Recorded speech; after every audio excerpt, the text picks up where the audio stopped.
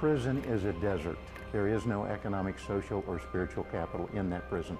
This may be the last place you'd find a successful businessman, but Pete Oakes is right where he wants to be. Once we were in there, we saw the opportunity to change lives, and it's been the best thing we've done. 10 years ago, the warden suggested Oakes move his business inside a prison, and that's exactly where we found him. We have cast the vision for them that we want to have the best prison in the United States. Inside the Hutchinson Correctional Facility, you'll find Pete's vision for his employees. He's hoping to transform each of these inmates by empowering them to earn economic, social, and spiritual capital. We're giving them economic capital with a job, but we're giving them dignity and respect by respecting them. The program is simple. The men are hired based on their prison record and go through an interview process to work for Electrics or Seat King, where they make seats that end up on lawnmowers. Inmate Everett Gentry says this opportunity is more than a job. I've learned what it means to be a man of integrity, to do the right thing even when no one's looking. I've learned about accountability, that accountability starts with me. While working in a private industry job, inmates can earn at least minimum wage, compared to just $1 a day if an inmate works for the state. But the money they earn doesn't all end up in their pockets. Along with state and federal taxes, each inmate is required to save 10% and give 5% to the Crime Victims Fund. What's more, 25 cents of every dollar they earn goes to pay for room and board. That alone saves taxpayers millions of dollars. That's awesome. And Pete should be proud of himself because he's a huge part of that, and we're lucky that he's here. And the guys that are really lucky are the guys that work for him. And it's not just the revenue. State leaders believe private industry jobs in prison can rehabilitate inmates. They're doing phenomenal things, helping guys get a skill so that when they get outside, they won't be back in prison. Kansas has been a leader in the nation on recidivism programs to push down recidivism rates for people that go into prison. More than 1 in 3 Kansas inmates released from prison will end up behind bars within 3 years. But for inmates who've gone through the private industry program, that number is much lower. I think what we're doing in the prisons should be taken across the country. While some might not agree with giving a prisoner a second chance, consider this. 97% of these guys are going to get out. And back in our communities. I realized that they were not much different than you and I. They'd committed a crime, they'd gotten caught, they were paying their debt to society, but they were human beings that needed the same thing that you and I need. A second chance to improve their lives. In Hutchinson, Lily Wu, KAKE News. To get an opportunity like that was life-changing, literally life-changing for me. Everett Gentry credits his transformation to getting a job with Seat King. I believe God brought about that opportunity.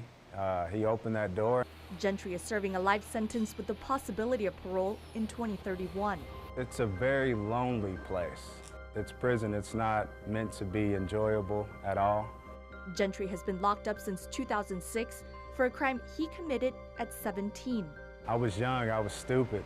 You know, I did things that I look back on and I completely regret. He was an accomplice to the murder of 14-year-old Chelsea Brooks of Wichita. Did you think that Ray was going to kill her? Not at the time. Did you think that was a possibility? Yeah. Gentry took responsibility for his actions, testifying against the man who strangled the pregnant teen and another man he once considered an older brother. That's something that I absolutely regret. I wish that, you know, there was a way that I could resolve that, but, you know, unfortunately, all I can do at this point is move forward. Gentry now earns money to support his family by working a private industry job behind bars. I have a 10-year-old daughter. I've always wanted to be a part of her life. I've always wanted to be able to provide for her. There are about 80 inmates like Everett that walk through the doors of Seat King and Electrics each day so that they can go to work and earn a living while in prison. It gives guys hope, because a lot of guys that get out with nothing and they go right back to the same environment. Inmates who've gone through the private industry program are less likely to return to prison. It looks like we're in the single digits, like 8 and 9% rates of recidivism rates, which is extremely good. Last year, 821 inmates were employed by private industry in Kansas prisons. They earned $10.9 million, but paid nearly 60% on taxes, room and board, and restitution. The remainder could be used to help their families. Our inmates take in more dollars than any other state in the country. We not only lead in percentage, we lead in total dollars. We lead because we have so many partners that hire enough inmates. Aside from the money they earn, inmates say they learn a set of values and gain a sense of accomplishment while waiting for their release. By giving them a job, by giving them skill, by having them understand how to be a dad, how to budget, how to do some of the basic things in life that you and I take for granted. It is so impactful on society. More reason for business owners to take a chance on inmates like Gentry, who hope to make a difference outside of prison. Not everyone who's incarcerated is a bad person. There are so many good guys and so many people who've made mistakes and who've learned from them and who are moving on and who are trying to make a difference, you know, even in prison. I feel like I'm one of those people. In Hutchinson, Lily Wu, KAKE News. I want to be free. I want to enjoy every last day out here of my life out here. It's beautiful out here. Luis Gutierrez has a greater appreciation for life as a free man. Less than a year ago, this 42-year-old wasn't able to sit with his wife, Melissa. This world isn't black and white. It's very gray. There's a lot of other colors. He did something very terrible, you know, many years ago, but that's one thing that I always respected, is that he took responsibility for it, and, you know, he wanted to change his life and do better. At the age of 17, Gutierrez became a murderer. One night I ended up having a fight with a friend, and I ended up taking his life. The day after Christmas 1991, Gutierrez stabbed Kyle Gerhardt and stole his car near Kansas City. A few days later, Gutierrez was arrested. Gutierrez eventually pled guilty to murder and accepted the maximum sentence of life in prison. That choice I made that night, I mean, I regret it every day. And there were so many victims on both sides because of what I'd done. Last July, after almost 25 years behind bars, Gutierrez was finally a free man, a moment he kept dreaming about in prison. But on the same day he regained his freedom, he would find himself speaking at his 19-year-old brother's funeral.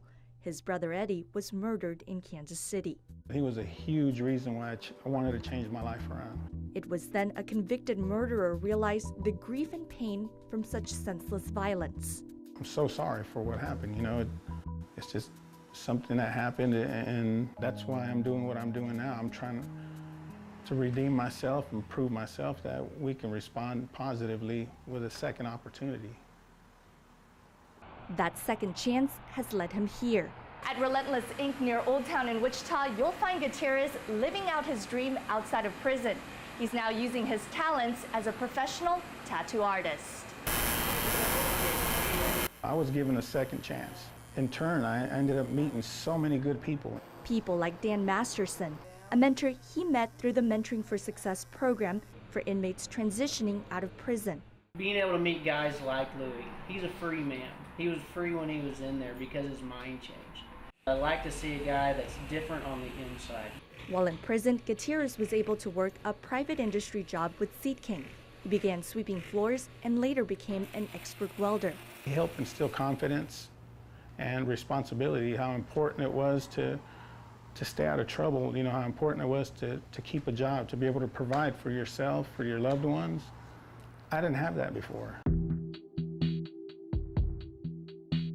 By working and saving, inmates who work private industry jobs have an opportunity to improve their lives. I was able to get my own apartment and, you know, just save up for my first vehicle, and it was all provided through Seat King.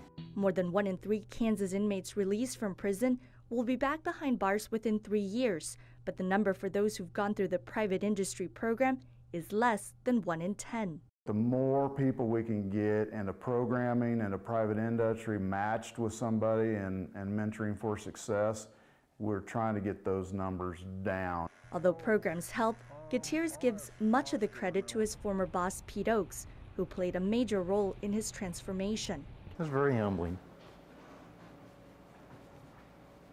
You get a little emotional. Yeah, exactly. My final hope would be that the world would understand that if they would live for something greater than themselves, the world would be a different place. As for Gutierrez, he hopes to prove that it's worth giving people like him a second chance. I took someone's life. It's my duty and it's my responsibility for the rest of my life to do whatever I can to help people make better decisions or not make the same mistake I made. I've been given a second chance, and that's my payment back. In Wichita, Lily Wu, KAKE News.